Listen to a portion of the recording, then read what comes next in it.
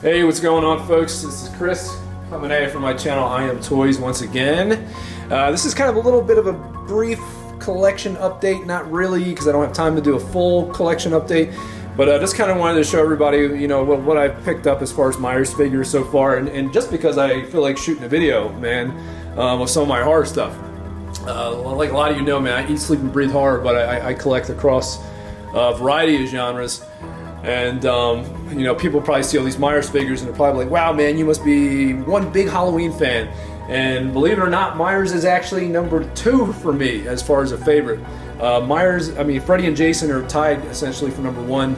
Honestly, man, it's almost a 3-way tie between these guys, because I'm an 80s kid. I was born in the 80s. I actually absolutely love the slashers, especially the originals. They just don't make movies like that anymore.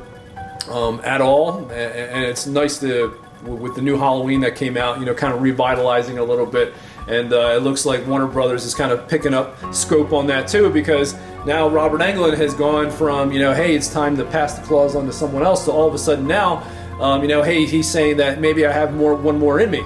So, you know, they saw the money that they made with that film, and I'm sure there's something going on behind the scenes, and I wouldn't be surprised if something comes out. But you know, Robert's gonna have to lose some weight though, man. He's picked up a few pounds, you know, not doing much, but we'll hopefully maybe he's getting on that, but we'll see.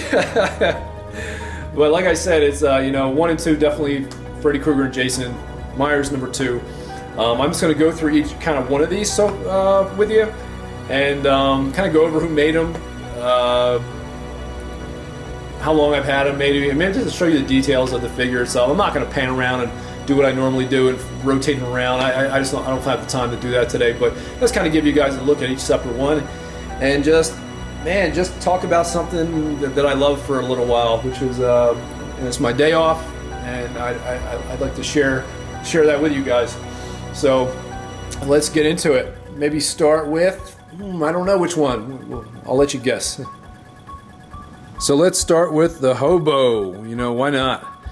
So this is a full custom figure, modified body, you name it, tailored, sculpted, everything done by one. A masterpiece, man. This is, and I shit you not, this is the most accurate 1/6 scale Hobo Myers that exists on the planet. There will never be another one like this, unless you want to wait for 2 or 3 years, because that was the amount of time that it took to essentially produce this. So this figure originally belonged to Joe Bratton, and between him and one, they kind of went back and forth over a period of time, which I think was about maybe 2 years or so from what they described. And you know, referencing photos, you know, on the internet, you know, looking at the body, height, everything, clothes, you know, and just going back and forth and seeing what they could do as far as getting this figure together. And from what I understand, it took about 2 years to finally get this sucker complete, man. And it's a modified body. I don't know what parts they used, what body they strung together to be able to put this fucking thing together, man, but it is absolutely incredible. And folks are probably like, how much did you pay, man? How much did you pay? Some folks know how much I paid out there, and honestly, I've received offers for even more, and I have turned it down, just because this is a one-of-a-kind piece, man, and there's never going to be another one like it. Honestly, someone could probably offer me $10,000 for this figure, and I would still turn it down. And people are probably like, you're insane. Those who aren't into the hobby and are just watching this video, finding it randomly, are probably like, yes, you are insane. But those in the custom hobby will definitely understand probably why, and why these figures mean so much to us, and why we, you know, will turn down lots of money for him, because I've propositioned people, man, with money for certain figures, particularly the Beto Nightmare on Elm Street 2, and no one's going for it because that's how much these figures mean to us. So this figure is a masterpiece, man. It is a beautiful fucking thing. Beautiful thing.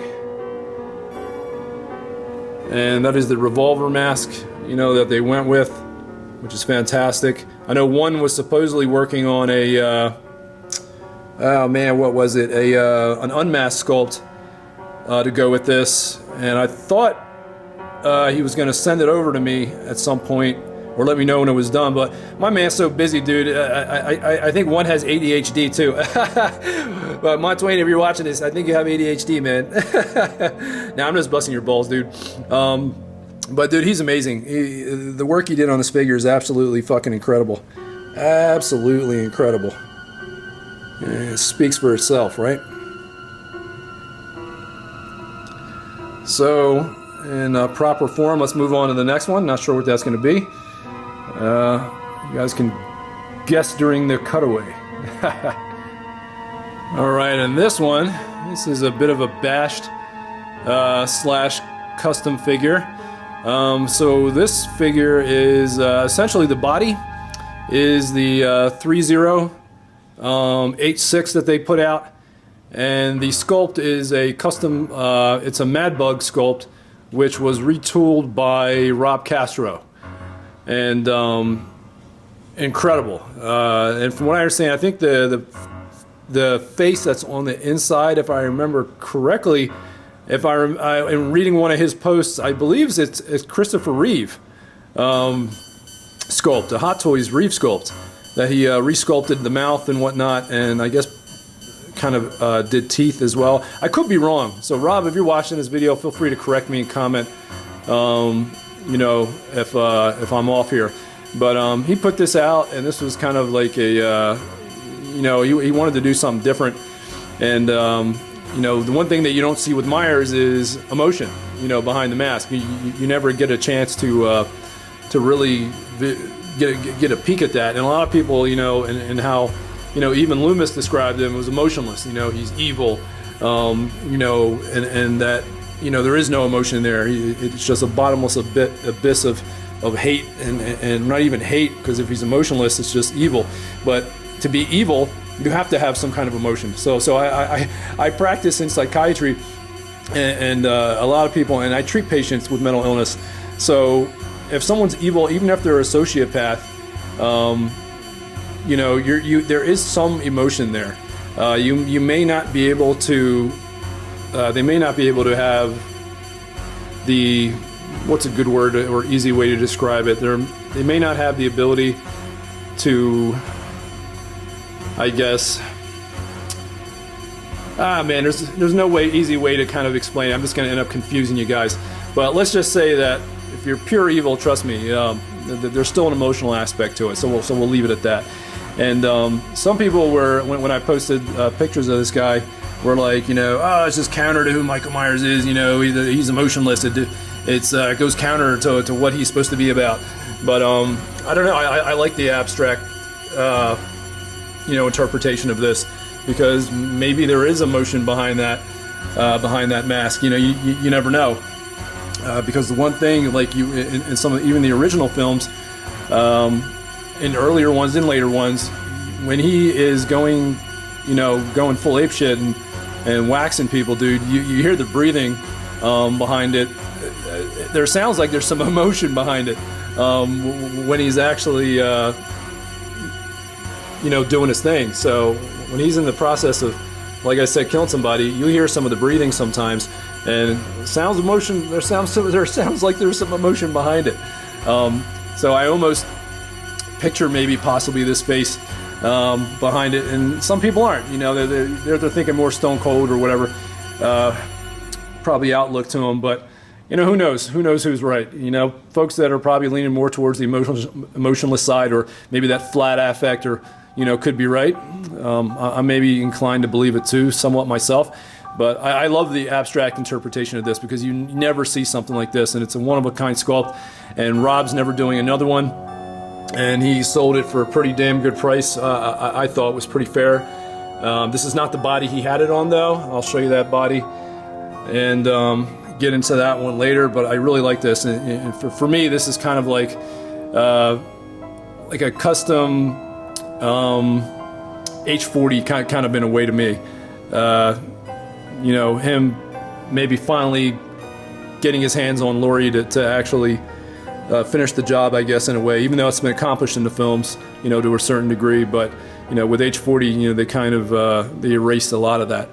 So this is an awesome figure. Another one that's probably going to be going into the grave with me, for sure. Not going to be selling it. Badass figure, man. And let's move on to the next one. All right, and here is the an H1, and this is more closer to accurate, you know, to the first film. Sculpt is a Mad Bug. The outfit is done by Yunsel. It's a Yunsel outfit. You know, Magnus puts those out, I believe, from what I understand. And one of these guys had the Fergo knife, so I'm sorry I didn't mention that. I forget which one does. I think it may be him, or it may be the ones version that I switched out with it. I can't remember. But anyway, the paint on this guy was actually, I'm sorry, I'm going all over the place with the camera here. The paint on this guy was done by Turbank, Thomas Turbank. I'm sure folks probably know him as well. I actually altered the hair a little bit myself and try to make it a little bit more accurate to the film. And the clothes, so the sculpt that I just showed you from Castro, he actually had it on this body, and I switched it. So I put the Castro sculpt onto the 3.0 body, dyed the coveralls navy blue, and these he dyed as well. So Yunsel's were more of a gray.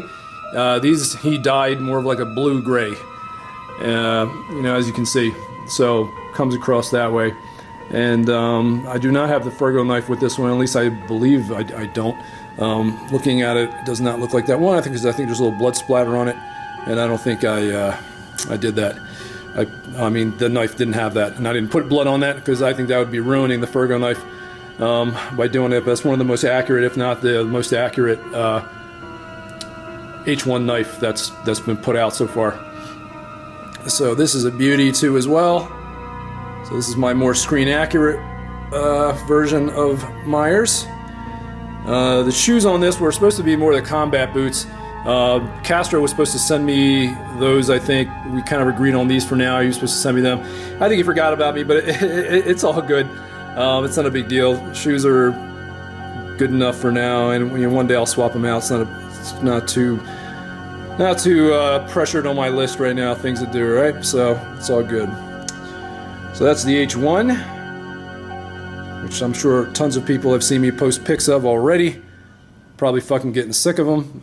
But yeah, this is a badass sculpt, man. It's probably the most accurate H1 sculpt that's out.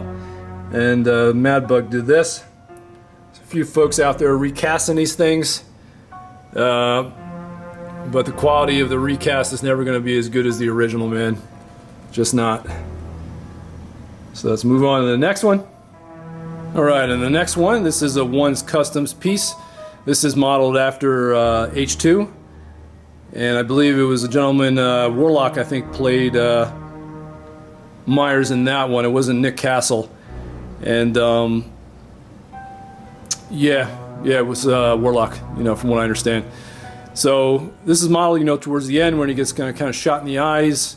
You know, you get the teardrop, the blood teardrops going down, which is great. It's this awesome rendition of the figure, and it looks great, really spot on. At least the sculpt is really accurate to the film, and you get the gunshots too as well. The tailoring is good. You know, you got the blood splatter, the scalpel in his right hand too as well.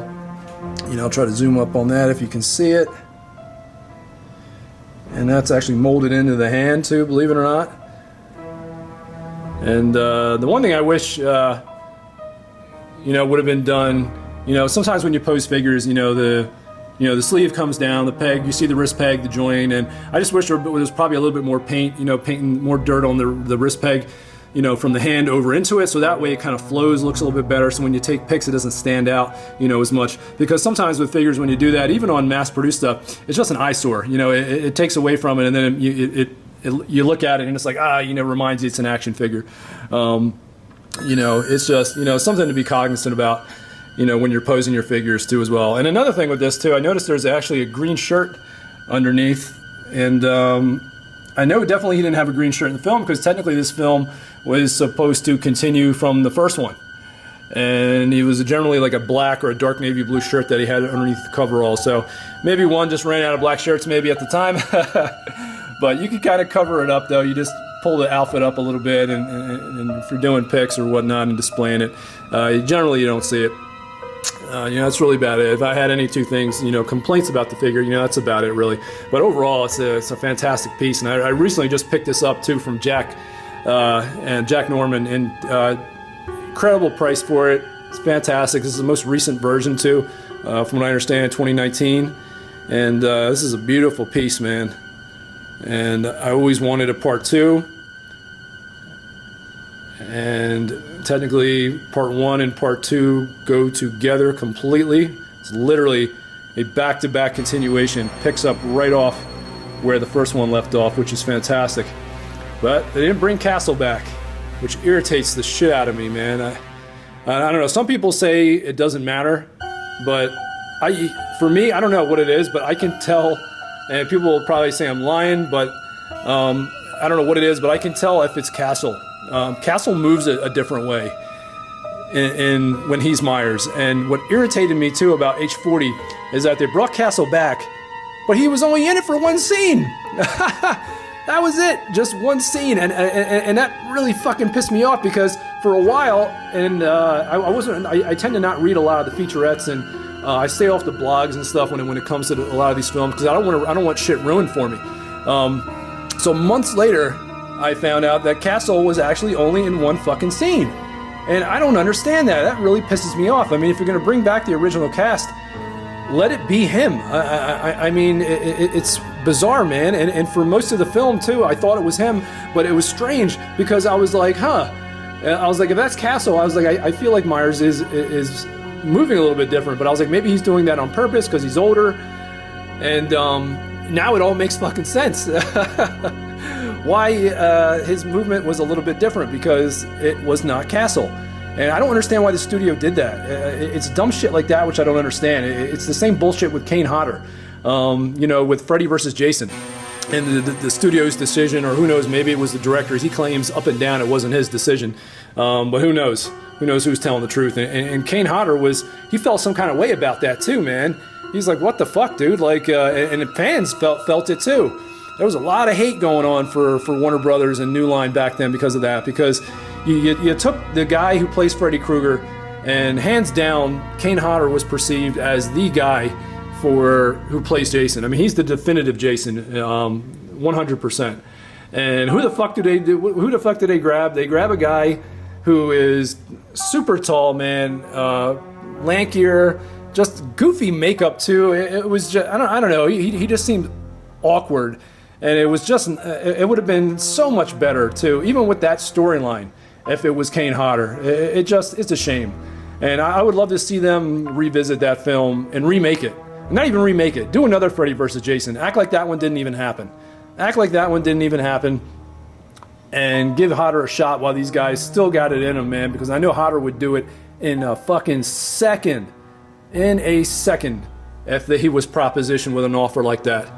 So, you studios out there, you know, highly doubt anybody from a damn studio is ever going to watch my videos, but on the slim chance, make the fucking movie, man. Do it right. Revisit it, do it right. So, that's this one's H2 piece. And let's do the last one, which I'm sure you guys can figure out what that's going to be. Alright, and last but not least, another ones piece. This is the H78 that he put out last year. He made about a run of 30 of them. Clothing was done by Tenela, and you know, he did the sculpt, he did the weathering, you know, everything else. And as you can see, you know, awesome job. It's one of my favorites. Some people, there's a few of them if you were lucky. Some folks let theirs go. and if you were able to grab one, you know, you lucked out for sure. So Montoya has his own, you know, interpretations as far as, you know, he does these figures. He does them, you know, as far as accurate, you know, for him. And I love it. It's this awesome interpretation, and it makes the characters just look absolutely fucking amazing. You know, his renditions of these characters I really like. I like his vision for them, and I think it's great. I think it captures Michael Myers, you know, for sure. Some people look at him like, oh, it doesn't look like him, man. But Montoya has his own style, and I love that style. And it came out to be a great figure. I really like it. Really, really dig it, man. So, like I said, I'm not panning around, you know, rotating the figures around, just kind of showing you guys my stuff as far as what I have left of Myers. Alright, so my back is really hurting holding this damn camera. So that's really about it, guys. Just want to kind of show you these. I'll probably take some more pics as if I need more pics of horror figures, but I'll probably put some more shots of these guys up. Maybe do one big group shot or something like that. And that's really about it, man. So I hope you guys enjoyed the video, kind of taking a look at all 5 of these guys and seeing where my Myers collection is at so far. Once I get Beto's H40, that's going to add to the collection too as well. And that's going to be gladly sit next to, it's going to gladly and proudly sit next to some of these pieces.